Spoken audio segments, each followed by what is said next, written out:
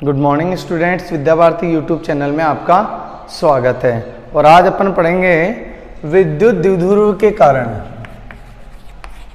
विद्युत द्विध्रुव के कारण विद्युत क्षेत्र की तीव्रता, कारण निरक्ष पर विद्युत क्षेत्र की तीव्रता पढ़ेंगे अपन। देखिए स्टूडेंट्स, ये बहुत ही मोस्ट इंपॉर्टेंट टॉपिक है, बोर्ड में आने वाला टॉपिक है, तो इसको ध्यान से पढ़िए। और अगर अब आप हमारे चैनल पे नए हैं तो इसको चैनल को सब्सक्राइब करें, वीडियो को लाइक करें, शेयर करें। Thank you. आगे अपन पढ़ते हैं इसको। देखिए ध्यान दीजिएगा, जो मैं यहाँ पढ़ा रहा हूँ, माना कि ये कोई विद्युत द्विध्रुव है ए बी कोई विद्युत द्विध्रुव है जिसके बिंदु ए पर माइनस क्यू आवेश है और बिंदु बी पर प्लस क्यू आवेश है। बिंदु ए पर माइनस क्यू आवेश और बिंदु बी पर प्लस क्यू आवेश है। इस विद्युत द्विध्रुव के, ये विद्युत द्विध्रुव है बी, इसके ए पर तो माइनस क्यू आवेश और बी पर प्लस क्यू आवेश है। इस विद्युत द्विध्रुव के मध्य बिंदु से आर दूरी पर, इस विद्युत द्विध्रुव के मध्य बिंदु से आर दूरी पर निरक्ष पर कोई बिंदु P है जहां पर हमें विद्युत क्षेत्र की तीव्रता ज्ञात करनी है। तो देखिए कैसे ज्ञात करते हैं विद्युत क्षेत्र की तीव्रता। यहां पे अपन ने क्या डाल दिया, लाइन डाल दी। ये एंगल हो गया थीटा और ये भी एंगल हो गया थीटा। ये देखिए ऐसे लेकर बी तक की दूरी होती है d, तो यहां पे बच गया d/2 और यहां पे बच गया d/2। ये दूरी बच गई है, आधी आधी बच गई है, टोटल हो जाएगी d। अपन सब जानते हैं स्टूडेंट्स के पहले वाला जो वीडियो अपन ने पढ़ा था उसमें माइनस क्यू आवेश के कारण यहाँ पर विद्युत क्षेत्र की तीव्रता निकालेंगे और प्लस क्यू आवेश के कारण भी यहाँ पर विद्युत क्षेत्र की तीव्रता निकालेंगे और फिर परिणामी विद्युत क्षेत्र की तीव्रता निकाल देंगे बिंदु P पर। तो देखिए माइनस क्यू आवेश के कारण, माइनस क्यू आवेश के कारण P पर विद्युत क्षेत्र, P पर विद्युत क्षेत्र कितना होगा, विद्युत क्षेत्र हो गया, अपन जानते हैं बिंदु आवेश के कारण विद्युत क्षेत्र की तीव्रता होती है KQ/R²। R क्या है, वह दूरी, आवेश से वह दूरी, आवेश से वह दूरी जहां पर विद्युत क्षेत्र की तीव्रता निकालनी होती है। तो यहां से लेकर के यहां तक की दूरी आ जाएगी। E1 = KQ/AP²। और AP कितना है, AP है अपना, AP है अपना, AP कितना है, AP है, AP अपना है, कितना है AP, देखिए AP की वैल्यू फाइंड कर लेते हैं। ये हो गया लंब, ये हो गया आधार, तो कर्ण बराबर क्या होता है, लंब स्क्वायर प्लस आधार स्क्वायर। आधार स्क्वायर, आधार कितना है d/2 का स्क्वायर, तो हो जाएगा d²/4। ये हो गया लंब स्क्वायर प्लस आधार स्क्वायर बराबर कर्ण स्क्वायर। और ऐसे कैसे ये भी कितना हो जाएगा, r² प्लस d²/4। ये हो गया इसका लंब और ये हो गया इसका आधार। तो कर्ण बराबर क्या होता है, लंब स्क्वायर प्लस आधार स्क्वायर का अंडर रूट। तो AP = कितना हो गया, r² प्लस d², यहाँ पे रख देंगे। तो E1 बराबर आ जाएगा KQ/R² d²/4 अंडर रूट और इसका स्क्वायर। तो E1 बराबर आ गया KQ/R² प्लस d²/4। यह आ गया अपने पास में इक्वेशन फर्स्ट। और इसकी डायरेक्शन किधर है, माइनस आवेश में बल रेखाएं अंदर की ओर होती है, तो इसकी डायरेक्शन हो गई इस डायरेक्शन में E1, यानी कि P से A की ओर। ये हो गया इसका डायरेक्शन।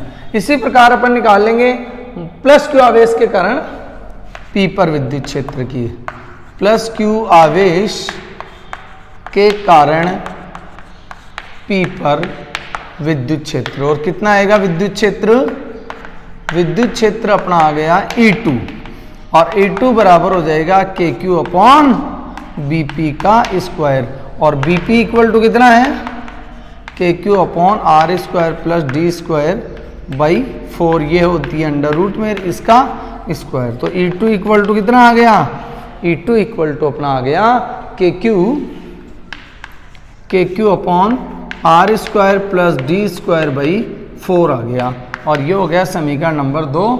और प्लस आवेश में बल रेखाएं बाहर की ओर होती है, तो इसकी डायरेक्शन आ गई अपने पास इधर, E2 की डायरेक्शन आ गई B से P की ओर, B से P की ओर अपने पास में क्या आ गई, इसकी डायरेक्शन आ गई। और समीकरण 1 व 2 से E1 बराबर क्या है, E2 है, समीकरण नंबर 3। अब निकालना चाहते हैं अपन P पर परिणामी विद्युत क्षेत्र।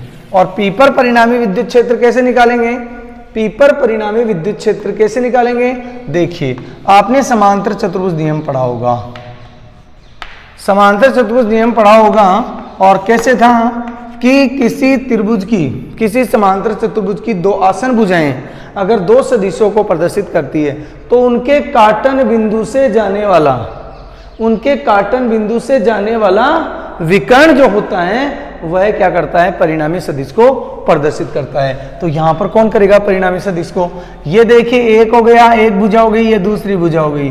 तो यहां से निकलने वाला जो सदिश होगा वह परिणामी सदिश को प्रदर्शित करेगा, ई को प्रदर्शित करेगा।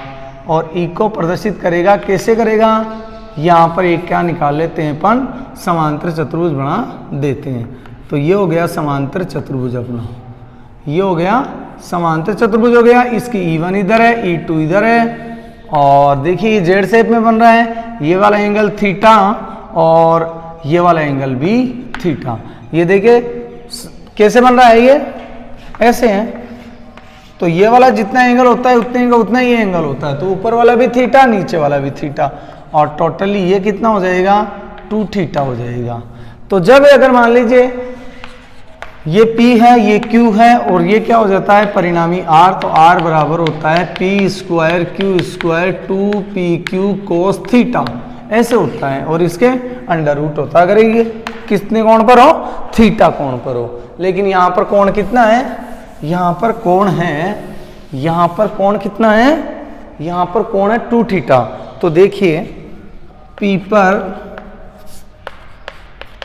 परिणामी विद्युत क्षेत्र, परिणामी विद्युत क्षेत्र है समांतर चतुर्भुज नियम से E बराबर under root E1 square E2 square 2E1 E2 cos theta की जगह कितना है, cos 2 थीटा है। देखिए ये हो गया समीकरण नंबर 4। समीकरण 3 और 4 से E1 और E2 बराबर है, तो E2 की जगह भी क्या रख देंगे, E1 रख देंगे। समीकरण 3 व 4 से यहां पर जो E2 है ना उसकी जगह भी क्या रख देंगे, E1 रख देंगे। तो E बराबर आ जाएगा अपने पास में अंडर रूट E1 स्क्वायर, और यहां पे कितना है, E2 है, E2 है यहाँ पे देखिए आप, यहाँ पर E2 है, तो E2 की जगह भी क्या रख देंगे अपन, E1। वेरी इजी है, आप 2E1 और यहां पर भी E1 और यहां पर cos 2 थीटा। अब देखिए यहां पे लिख सकते हैं E1 और E1 2E1 स्क्वायर, और यहां पर 2E1 इंटू E1 स्क्वायर, और यहां पर cos 2 थीटा। आगे बात समझे, आगे क्या समझे, तो चलते देखिए आगे क्या करते हैं, बहुत इजी है।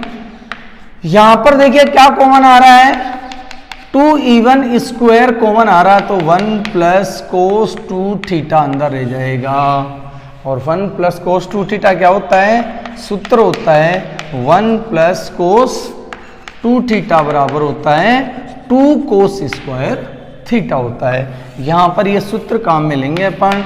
देखिए E बराबर आ जाएगा 2E1 स्क्वायर और इंटू 2 cos स्क्वायर थीटा, और इसको मैं फाइनली लिख सकता हूं 2 का स्क्वायर E1 का स्क्वायर cos स्क्वायर थीटा, और इसका अंडर रूट। तो स्क्वायर से अंडर रूट कैंसिल हो जाएगा, और क्या आ जाएगा अपने पास में, E बराबर आ जाएगा 2E1 cos थीटा। अब देखिए इसको देंगे समीकरण नंबर 5। अब ये लोग आप उतार लीजिए या इसका स्क्रीनशॉट ले लीजिए, फिर अपन इसको आगे सोल्व करते हैं। मैं आशा करता हूं आपने इसका स्क्रीनशॉट ले लिया होगा। तो देखिए इसको अपन क्या कर देते हैं, मिटा देते हैं। ये समीकरण 1 है, 2 है, 3 है, 4 है और वो 5 है। अब समीकरण 5 में क्या करेंगे अपन, समीकरण 5 में E1 की कोस थीटा की वैल्यू पुट करेंगे। तो कैसे, कहां से पुट करेंगे, देखिए समीकरण 1 से E1 बराबर है KQ upon R square plus D square, और कोस थीटा बराबर कितना है, त्रिभुज OOPB में कोस थीटा बराबर क्या होता है, आधार बटे कर्ण, और आधार कितना है, आधार कितना है d/2। आधार कितना है बेटा, d/2। हाँ बोलते रहिए प्रॉपरली, बहुत आसान टॉपिक है। यहां पर d/2 क्या आ गया, आधार आ गया। अब कर्ण कितना है, कर्ण है R square plus D square by 4, यानी कि R square D square by 4 की पावर 1/2। अब अंडर रूट जो होता है उसको पावर कितनी लगा सकते हैं, 1/2 लगा सकते हैं। तो यहां पर कोस थीटा बराबर आ गया। इसको मैं सिस्टमेटिक लिखूं तो इसको लिख सकता हूं d, और ये नीचे आ जाएगा 2r square plus D square by 4 का पावर 1/2। अब ये वाली वैल्यू और ये वाली वैल्यू सही, इसको देंगे समीकरण 6। देखिए समीकरण 1 व 6 को 5 में रखने पर, अब एक समीकरण 1 क्या था, ये वाला समीकरण 1 था, तो इन दोनों को कहाँ पे रख दें, 5 में रख देते हैं। तो E बराबर आ जाएगा 2E1 की जगह KQ upon R square plus D square by 4, और कोस थीटा की जगह d/2 square D square by 4, 2 से 2 कैंसिल, और E बराबर बच गया अपने पास में ऊपर KQ इंटू डी, नीचे आधार समान हो तो घाते क्या हो जाती है, जुड़ जाती है। यहाँ पे पावर 1 और यहाँ पर पावर 1/2, तो दोनों क्या हो जाएंगी, जुड़ जाएगी, और जुड़ जाएगी तो क्या बन जाएगा, 1 और आधा 1.5 हो जाएगा, यानी 3/2 हो जाएगा। तो यहाँ पर आ गया R square plus D square by 4 की पावर 3/2। आगे बात समझ में। अब इधर का भी थोड़ा सा अपन क्या कर लेते हैं, मिटा देते हैं और आगे सोल्व कर देते हैं इसको। देखिए ये आर स्क्वायर जो है, आर स्क्वायर बहुत बड़ा है और डी क्या होता है, बहुत छोटा होता है। मैंने आपको बताया था कि परिमाण में समान तथा विपरीत प्रकृति के दो आवेश जो होते हैं, अगर वो अत्यंत अल्प दूरी पर स्थित हो तो अत्यंत अल्प दूरी पर स्थित हो तो विद्युत द्विध्रुव आघूर्ण कहलाता है। और यहां पर क्या है, विद्युत द्विध्रुव है, विद्युत द्विध्रुव कहलाता है। और ये डी जो यहां से लेकर यहां तक की जो दूरी होती है वो अत्यंत अल्प होती है, और अल्प का अगर स्क्वायर करेंगे तो बहुत ही अल्प हो जाएगा।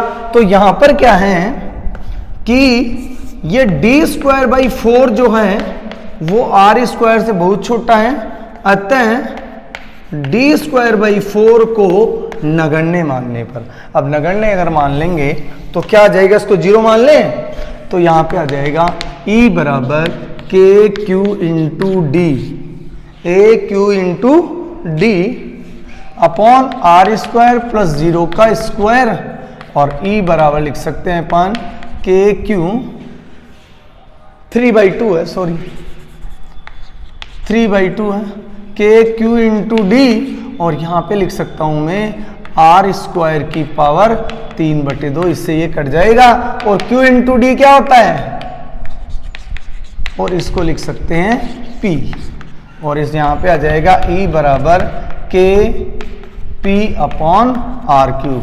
इस प्रकार से अपन क्या कर सकते हैं, निरक्ष पर विद्युत क्षेत्र की तीव्रता ज्ञात कर सकते हैं। देखिए बहुत ही आसान टॉपिक था और मेरे को आशा है कि आपको ये समझ में आ गया होगा। अगर ये समझ में नहीं आया है तो 2-3 बार वीडियो को देखिए, ऑटोमेटिकली समझ में आ जाएगा। वेरी मोस्ट इंपॉर्टेंट टॉपिक है ये। अब इसको आप स्नैपशॉट ले लीजिए, इसका स्क्रीनशॉट ले लीजिए आप, फिर अपन आगे चलते हैं। आगे चलें तो देखिए आगे क्या पढ़ाते हैं अपन। स्क्रीनशॉट ले लें, नहीं आया तो अभी भी ले सकते हैं आप। अब देखिए आगे क्या है, आगे क्या है। आप सभी सोच रहे होंगे कि आगे क्या बताने वाला हूं मैं। देखिए स्टूडेंट्स, आगे क्या आएगा, नोट लिखेंगे, नोट। और नोट में क्या लिखेंगे, एक्स पर विद्युत क्षेत्र कितना होता है, ई एक्स होता है 2kp/r³। और ई निरक्ष क्या होता है, ई निरक्ष होता है kp/r³। इन दोनों को देखिए ध्यान से, यहां पे आ जाइए कि ई एक्स बराबर आ जाएगा 2kp/r³। और 2kp/r³ क्यों क्या ले सकते हैं, निरक्ष। तो ई एक्स बराबर आ जाएगा 2 अपनी जगह पर ई निरक्ष। और यहां पर अगर ई निरक्ष निकालना है तो ई निरक्ष बराबर आ जाएगा ई एक्स बटे 2। इस प्रकार से एक्स पर विद्युत क्षेत्र की तीव्रता और निरक्ष पर विद्युत क्षेत्र की तीव्रता में संबंध आ जाता है। कभी कभार पूछ लेता है कि विद्युत द्विध्रुव के कारण निरक्ष पर विद्युत क्षेत्र की तीव्रता ज्ञात कीजिए तथा सिद्ध कीजिए कि एक्स पर विद्युत क्षेत्र की तीव्रता की आधी होती है निरक्ष पर विद्युत क्षेत्र की तीव्रता। चले आगे देखिए, आगे क्या करते हैं अपन। आगे बहुत ही इंपॉर्टेंट टॉपिक है अपना, और वो टॉपिक क्या है, मैं कुछ बताना चाहता हूं। ये विद्युत द्विध्रुव है अपना ए बी, यहाँ पर माइनस क्यू आवेश, यहाँ पर प्लस क्यू आवेश, और ये बीच O, ये हो गया d/2, और ये हो गया, थोड़ा सा मोटा लिख देता हूं मैं, ये होता है अपना माइनस क्यू, और ये हो गया प्लस क्यू आवेश। दोनों आवेश हैं, ये A है, ये B है, ये बीच की दूरी है, और ये d/2 है, और ये भी कितना है, d/2 है। देखिए ये विद्युत द्विध्रुव है, तो विद्युत द्विध्रुव के x पर यहां पर विद्युत क्षेत्र की तीव्रता निकाली थी, तो परिणामी किधर निकली थी, ऐसे। इधर तो था E1 और इधर था E2, और E2 क्या था, E1 से ग्रेटर देन था, तो परिणामी किधर आएगा, परिणामी आएगा इस डायरेक्शन में आएगा परिणामी विद्युत क्षेत्र। यानी कि निरक्ष पर विद्युत क्षेत्र की जो तीव्रता होती है वो एक्स पर विद्युत क्षेत्र की जो तीव्रता होती है वह, और पी की डायरेक्शन किधर है, विद्युत द्विध्रुव आघूर्ण माइनस से प्लस की ओर होती है। और एक्स पर विद्युत क्षेत्र की जो तीव्रता होती है ई एक्स की डायरेक्शन भी उधर ही होती है जिधर पी की डायरेक्शन होती है। जिधर द्विध्रुव आघूर्ण की डायरेक्शन होती है उधर ही एक्स पर विद्युत क्षेत्र की तीव्रता होती है। यानी कि ये दोनों सेम डायरेक्शन में होता है। विद्युत द्विध्रुव के कारण एक्स पर विद्युत क्षेत्र की तीव्रता और विद्युत द्विध्रुव आघूर्ण एक ही डायरेक्शन में होती है, दिशा दोनों की एक ही होती है। यहां पे देखिए निरक्ष वाली कंडीशन पे, निरक्ष पर क्या है, विद्युत द्विध्रुव आघूर्ण किधर है, इसका पी की डायरेक्शन इधर है प्लस से माइनस की ओर, और परिणामी विद्युत क्षेत्र की डायरेक्शन किधर है, इसके विपरीत दिशा में है। तो अब अपन इसका यूज करके एक नेक्स्ट टॉपिक जो निकालेंगे वो निकालेंगे विद्युत द्विध्रुव के कारण किसी विशेष बिंदु पर विद्युत क्षेत्र की तीव्रता। विद्युत द्विध्रुव के कारण अपन क्या निकालेंगे, किसी विशेष बिंदु पर विद्युत क्षेत्र की तीव्रता जो न तो अक्ष पे हो और न ही निरक्ष पर हो। वेरी इजी है, बहुत इजी है, सिर्फ थोड़ा सा आपको ध्यान देने की बात है। देखिए विद्युत द्विध्रुव के कारण किसी सामान्य बिंदु पर विद्युत क्षेत्र आर और थीटा पर, मान लीजिए ये अपना कोई विद्युत द्विध्रुव है, ये क्या है अपना विद्युत द्विध्रुव है, ए बी विद्युत द्विध्रुव है जिसकी बिंदु ए पर माइनस क्यू आवेश और बिंदु बी पर प्लस क्यू आवेश रखा हुआ है।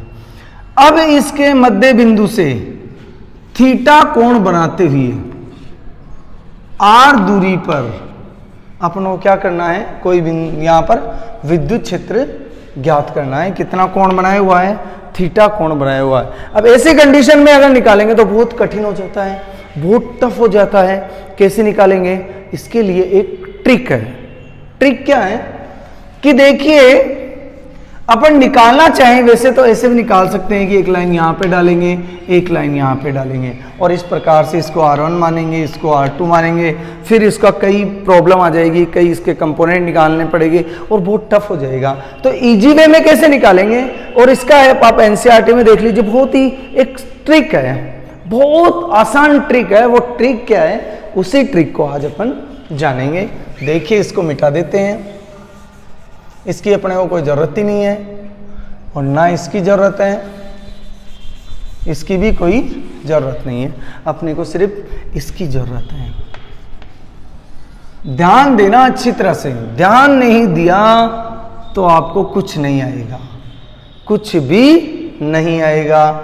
विद्युत द्विध्रुव आघूर्ण है, उसकी डायरेक्शन किधर है, इधर है।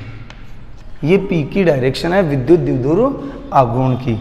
अब इस विद्युत द्विध्रुव आघूर्ण के दो घटक बना लेते हैं, एक तो क्षैतिज घटक और एक लंबवत घटक। तो क्षैतिज घटक कौन सा होगा, ये होगा P cos थीटा, इधर R है, और लंबवत घटक कौन सा होगा, ये होगा P sin थीटा।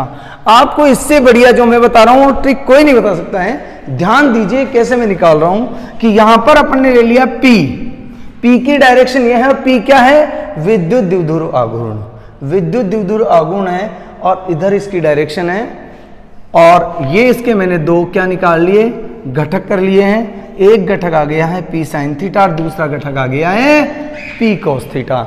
अब देखिए, ये कोण बनाया है थीटा, थीटा कोण बना लिया ये।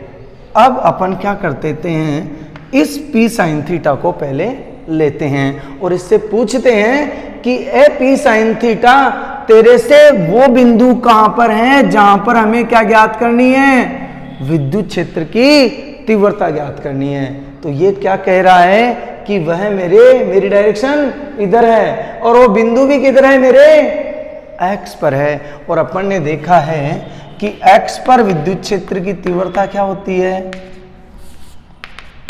2kp upon r cube, 2kp upon r cube. अब p की जगह कौन है, P cos थीटा, तो मैं लिख दूंगा P cos थीटा, और x की जगह मैं लिख दूंगा E1। ये तो आ गया इसके कारण विद्युत क्षेत्र की तीव्रता, सही। ये E1 की डायरेक्शन आ गई, E1 की डायरेक्शन आ गई। अब पूछते हैं अपन, इसका काम खत्म हो गया है, ये P cos थीटा अपना काम कंप्लीट कर दिया है। मैंने पहले P cos थीटा को लिया और इससे पूछा कि P cos थीटा, तेरे से वो पॉइंट कहां पे है जहां हम लोग विद्युत क्षेत्र की तीव्रता ज्ञात कर रहे हैं। तो इसने बताया कि मेरे x पर है, और x पर विद्युत क्षेत्र की तीव्रता कितनी होती थी, 2kp अपॉन r क्यूब, और P की जगह कौन है, P cos थीटा है। तो मैंने यहाँ P की जगह P cos थीटा ले लिया, और इस x की मैंने क्या मान दिया, E1 मान दिया। अब चलते हैं अपन P sin थीटा के पास में। अब P sin थीटा से पूछा जा रहा है कि वो बिंदु कहां पर है जहां पर हम विद्युत क्षेत्र की तीव्रता ज्ञात कर रहे हैं। तो बता रहा है कि इधर तो मेरी x है, और ये जो बिंदु है वह मेरे से क्या है, लंबवत है, मेरे से क्या है, लंबवत है, अर्थात इस P sin थीटा से निरक्ष पर है, और निरक्ष पर विद्युत क्षेत्र की तीव्रता किधर होती है, इस डायरेक्शन में होती है। किस डायरेक्शन में होती है, इस डायरेक्शन में होती है, और मैंने इसको नाम दे दिया E2, E2 नाम दे दिया, और E2 बराबर आ जाएगा कितना, कितना आ जाएगा, ये इधर है, देखिए इसके बिल्कुल ऐसे, इसके जस्ट अपोजिट में ऐसे, ये 90 डिग्री का एंगल नहीं बन रहा है। देखिए E2 बराबर, अपन जानते हैं E निरक्ष क्या होता है, E निरक्ष होता है KP अपॉन R क्यूब, और P क्या है, P sin थीटा है, और p साइन थीटा अपन ले लेते हैं इसको K P sine theta upon R cube. ये दोनों क्या है, परपेंडिकुलर है। इधर आ गया E2 और इधर क्या आ जाएगा, परिणामी विद्युत क्षेत्र की तीव्रता। तो परिणामी विद्युत क्षेत्र की तीव्रता कितनी होगी, परिणामी विद्युत क्षेत्र की तीव्रता कितनी होगी, नहीं पता, सीधा सा पता है। कैसे, E1 square E2 square plus 2E1 E2 cos theta. और यहां पर थीटा कितना है, यहां पर थीटा है 90 डिग्री, तो अपन ने ये ले लिया 90 डिग्री। तो E बराबर आ जाएगा E1 square plus E2 square का अंडर रूट। सही, क्योंकि cos 90 की वैल्यू हो जाएगी 0 और ये पूरा टर्म हो जाएगा इसका 0। और E बराबर E1 स्क्वायर कितना है 2kp cos theta, 2kp cos theta upon R cube plus kp sine theta upon R cube. अब इसका भी स्क्वायर कर दीजिए और इसका भी स्क्वायर कर दीजिए। अब इसका भी स्क्वायर कर दिए, इसका भी स्क्वायर कर दिए, तो देखिए 2 square K square P square cos square theta, K square P square sine square theta, और यहां पर पावर क्या हो जाएगी 6। अगर नहीं समझ में आ रहा तो मैं इसको ऐसे लिख सकता हूं, देखिए चलो लिख ही देते हैं, 2 square K square P square cos square theta, और यहां पर हो जाएगी आर की पावर क्यूब का स्क्वायर इस स्क्वायर से, और यहां पर हो जाएगा के square P square sine square theta, और यहां पे आ जाएगी आर की पावर का स्क्वायर। देखिए एक बार आप इसको स्नैपशॉट ले लीजिए, फिर इसको मैं इधर मिटा देता हूं, मिटा दें इसको। ये डायग्राम वेरी मोस्ट इंपॉर्टेंट है। और कैसे निकालेंगे, सामान्य बिंदु पर विद्युत क्षेत्र, ऐसे लिख लेना इसको। ये आपको नोट्स में नहीं मिलेगा, ये मैंने एक्स्ट्रा इंक्लूड किया है सभी के लिए। नीट में भी आता है, कभी बार बोर्ड एग्जाम में भी पूछा जाता है सीबीएसई में, तो ये इंपॉर्टेंट है, मैंने इसको आपके नॉलेज के लिए दे दिया है यहाँ पे। ओके, मिटा दूं इसे। देखिए अब आते हैं साहब, इसमें कॉमन आ रहा है 2 स्क्वायर वो K square P square K square P square R cube का स्क्वायर आर क्यूब का स्क्वायर, तो कितना आ गया, अपने पास में आ गया, यहां से यहां पे आ रहे हैं, यहां से यहां पे, तो देखिए कितना आया, टू नहीं आया है, K square P square upon R cube का स्क्वायर अंडर रूट, और अंदर क्या रह गया यहां पे रह गया 2 square cos square theta, 2 square cos square theta, और यहां पे हो गया ओनली साइन स्क्वायर थीटा। सही बात। अब इसको सोल्व कर लेंगे तो ये तो आ जाएगा बाहर पूरा के पी अपॉन आर क्यूब, और यहाँ पे अपने पास में बच जाएगा 2 दूनी 4 कोस square theta plus sign square theta, इसका अंडर रूट, और इसको मैं क्या लिख सकता हूँ, के पी अपॉन आर क्यूब, के पी अपॉन आर क्यूब, और इसको लिख सकते हैं 3 कोस square theta plus cos square theta plus sign square theta लिख सकते हैं। 4 के 2 टुकड़े कर दिए, 3 और 1 4, इसकी वैल्यू कितनी हो जाएगी 1 हो जाएगी, तो E इक्वल टू आ जाएगा आर क्यूब, और यहाँ पर आ जाएगा 3 कोस स्क्वायर थीटा, 3 कोस स्क्वायर थीटा प्लस 1, और इस प्रकार से अपन विद्युत द्विध्रुव के कारण किसी विशेष बिंदु पर जो ना एक्स पर है ना निरक्ष पर है विद्युत क्षेत्र की तीव्रता ज्ञात कर सकते हैं। आप इसका स्क्रीनशॉट भी ले सकते हैं। आज के वीडियो में इतना ही पढ़ाएंगे, नेक्स्ट वीडियो में अपन चलेंगे। देखिए स्टूडेंट्स, आप अगर हमारे चैनल पर नए हैं तो चैनल को सब्सक्राइब कर दीजिए, वीडियो को लाइक कीजिए, शेयर कीजिए। देखिए वीडियो को जितनी बार आप देखेंगे उतनी बार ही आपको अच्छा समझ में आएगा, तो लगातार वीडियो को देखते रहिए, नोट्स को पढ़ते रहिए। Thank you.